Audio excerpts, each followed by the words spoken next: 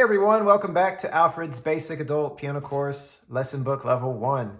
This video is Lesson 46, covering page 52 in our book, Lavender's Blue.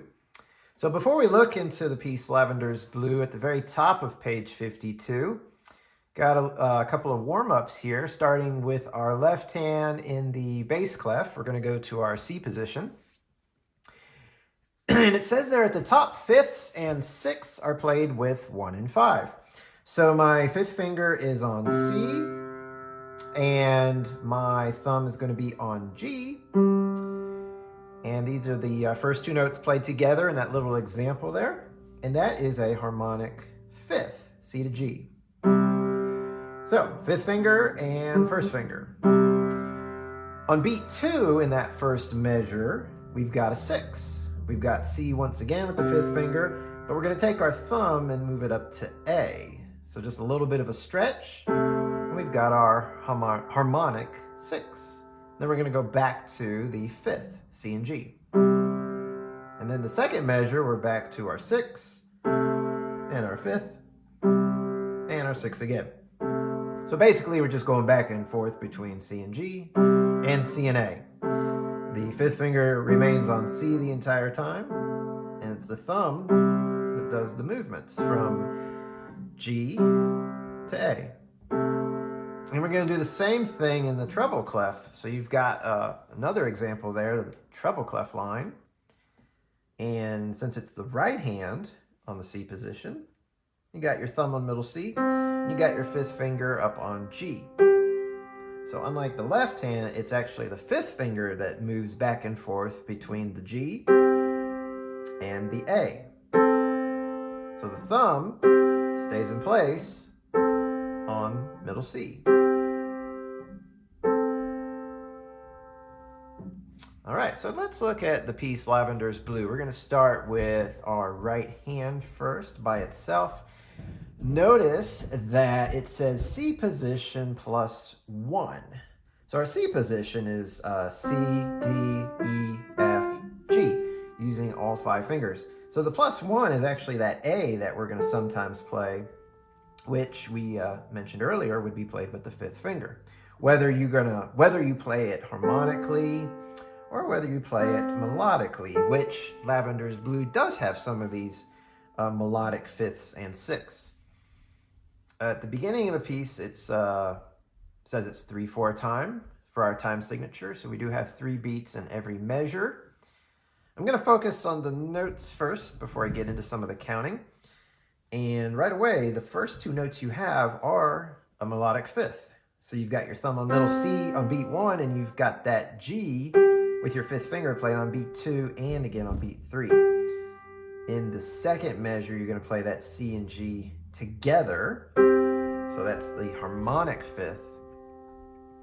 And then you've got 4/8 notes just kind of walking on down. F, E, D, C. And in our third measure, you're going to play C again. And this is a melodic 6. So this next note is A. So make sure you get that fifth finger over to A. You're going to do it again. And the last measure on that line, together, harmonic 6. Dotted half note there for 3 counts. When you go on to the second line, you're back to a melodic fifth. Middle C to G, G again, and then the next measure, just like on the first line, you're going to play C and G together, and you've got the same 4/8 notes again. F, E, D, C. Now the third measure here is different than the first line. You're going to go back to F, E again, and then E, and then D, and then the last measure is middle C. So those 4/8 notes we said are F, E, D, C, and then in the the third and fourth measure, you're going to play F, E, D, C again. But notice they're quarter notes and then a dotted half note. So it's the same idea, but it's just slower. Now at the end of the second line, you notice there is a repeat sign. So whenever you see that repeat sign, unless there's another repeat sign at a previous point in the piece where the dots are actually facing to the right, see these dots are facing to the left, so that means you go back But if there is no other previous repeat sign, then you're going to go all the way back to the beginning. So for Lavender's Blue, you're going to play these first two lines twice before going down to the third line. Then when you do go down to the third line in the right hand, notice on beat 1 of that first measure, you got a quarter rest. Your left hand's going to play there, but your right hand is not. On beat 2, you've got 4/8 notes. Now, instead of F, E, D, C, which we saw previously a couple times, it's starting on G. But it's still going down to C. G, F, E, D, and then here's middle C, beat 1 of that second measure. Beat 2 and 3 are both quarter rests, and beat 1 of the third measure is a quarter rest. And then you're going to end the piece with a harmonic third. Middle C and E played together on beat 2, 3, and then our final measure. Dotted half note, but notice you have a fermata, so you're going to hold it for a little while, maybe just let it fade out. Okay, so that is the right hand as far as notes go. Let's look at the rhythm now in the right hand. So we said 3/4 time, 3 beats per measure. Do we have 8th notes in this piece? Yes, we do. So whenever we have 8th notes, we got to do the and system for our counting. Everything is 1 and 2 and 3 and. Of course, we're going to go slow right now since we're just learning this. So I'm going to do a little count off, and then we're going to play, remember the first 2 lines repeat. So we're going to play those twice, and then we'll come down to the third line and finish it up. All right, so remember, right hand C position.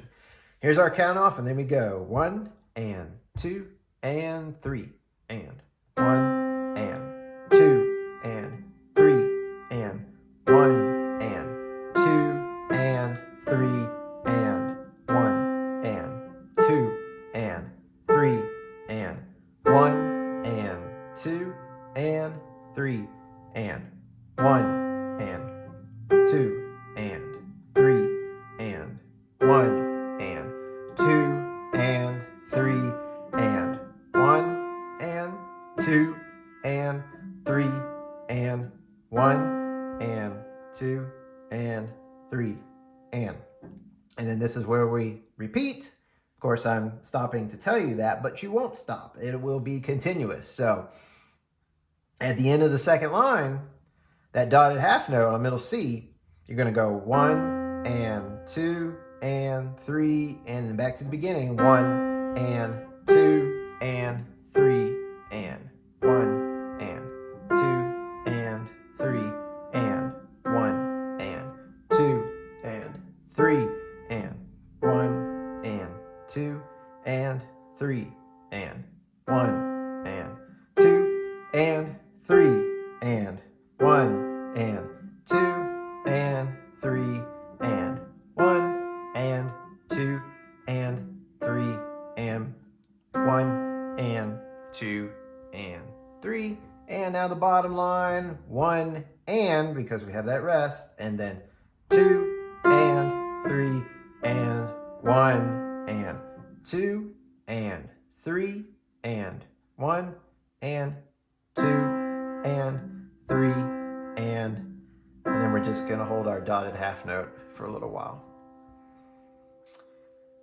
So it's really important that we do that and counting, because, for example, on the second line, second measure, where you have those 8th notes, what if I played the 3rd and 4th measure the same way? They're the same pitches, so it's tempting to do.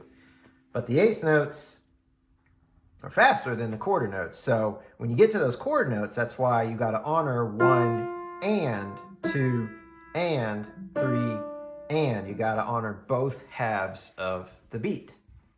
All right, so that covers our right hand.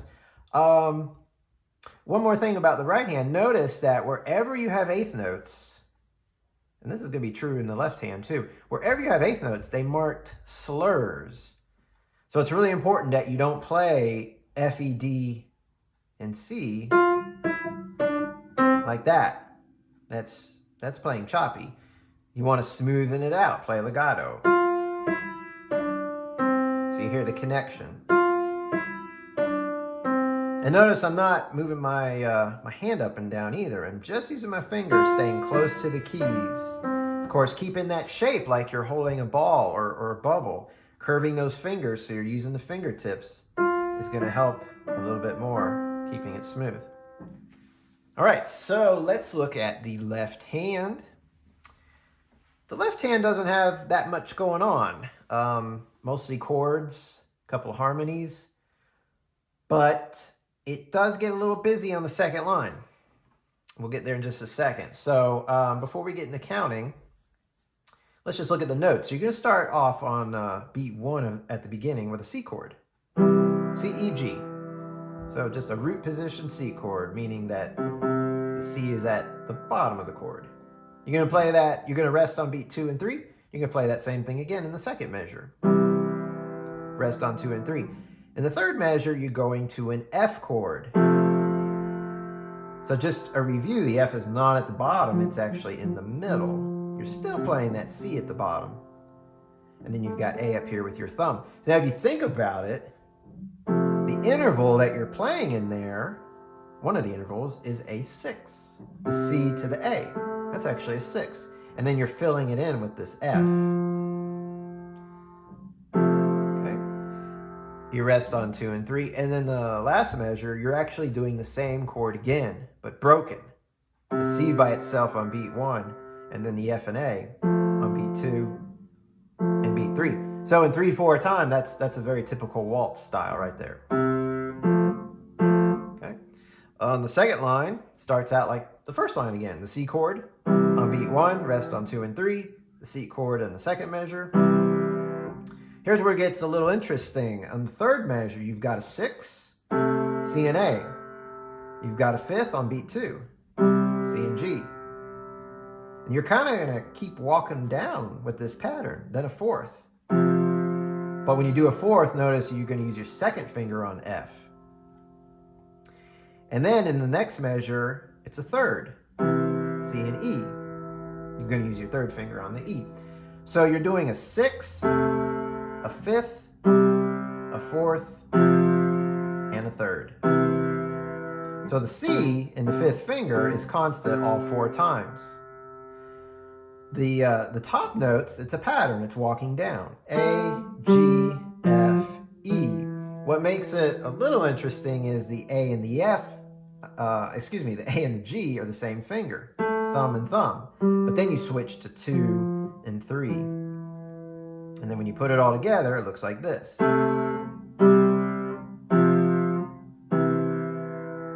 And then you got 4/8 notes in the left hand. Just like the right hand, those are going to be smooth. Now, what you want to practice is going from those 4/8 notes to a C chord because of the repeat. And there's no break, there's no pause when you repeat. So when you go back to the beginning from that last measure on the second line, this is what's happening. Okay? If you think about it, the bottom note of that C chord is where this moving 8th note line is going. G, F, E, D, C. But just remember when you get to the C, to also play E and G and fill out the chord. Now the second time through, you are going to go to the 3rd line, which is in fact just the C.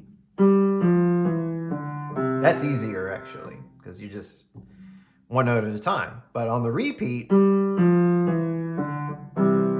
now what's cool about it is if you stay close to the keys on those 8th notes, notice your first 8th note is a G. I'm going to hold it for a second.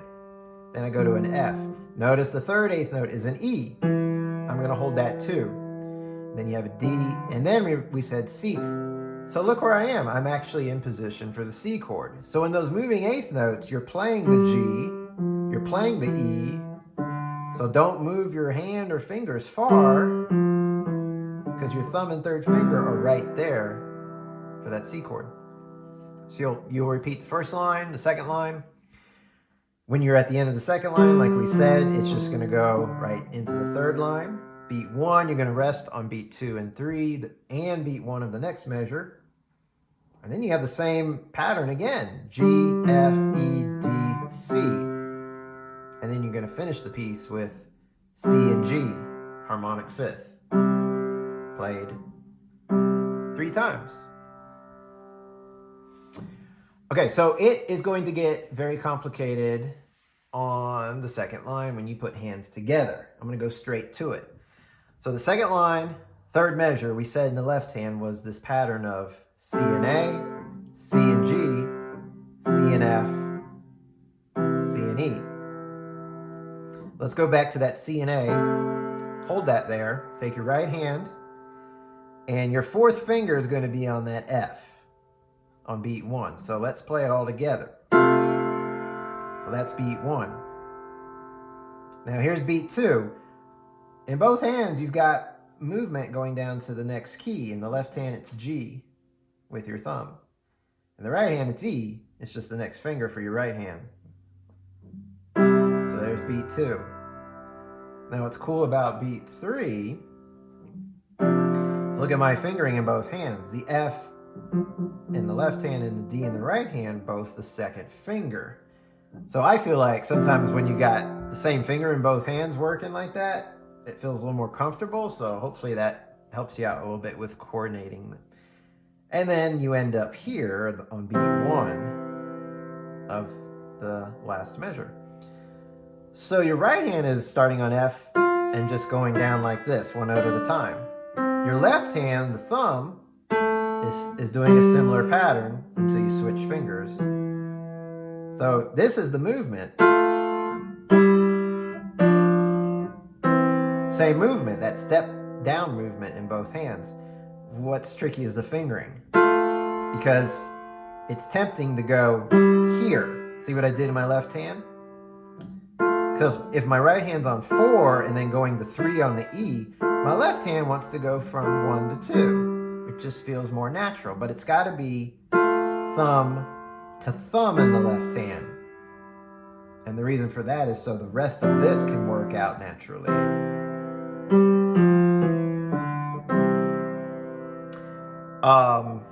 When you repeat back to the first line, we talked about that in the left hand. Your right hand's going to be fine. It's holding middle C, and then it hits C again on beat 1. But that's going to be the trickiest spot in the whole piece, because otherwise the left hand just basically plays on beat 1 of each measure. And when the left hand is a little more active, the right hand's not doing much. So you definitely want to target that spot and break it down very slowly. Okay, now I'm going to slowly put the hands together from the beginning. I will do a count off. I won't count the whole time, but I'll definitely do this count off.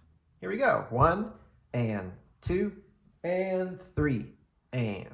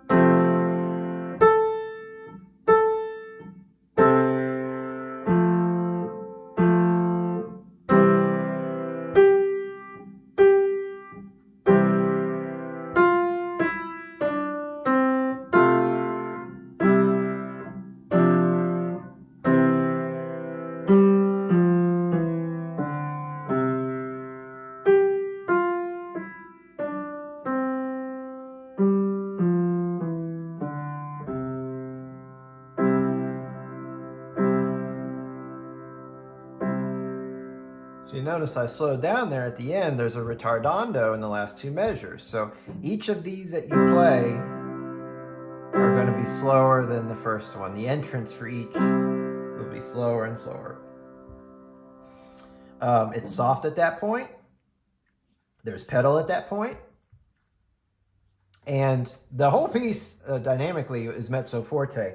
But when you get to the third line, notice how it just all fades away. So at the beginning of the third line, you're at mezzo forte.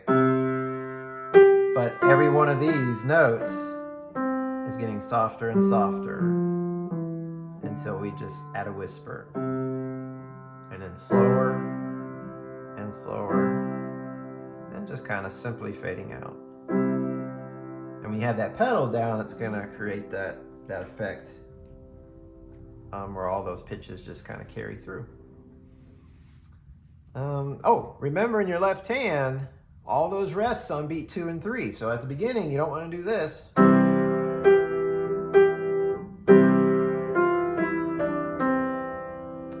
The style is this. So you want to lift, honor those rests. Now this says moderately fast, so it's going to be a lot faster than I just played it. So let me do that for you. You get an idea of how you're really going to sound. So here we go. 1 and 2 and 3 and.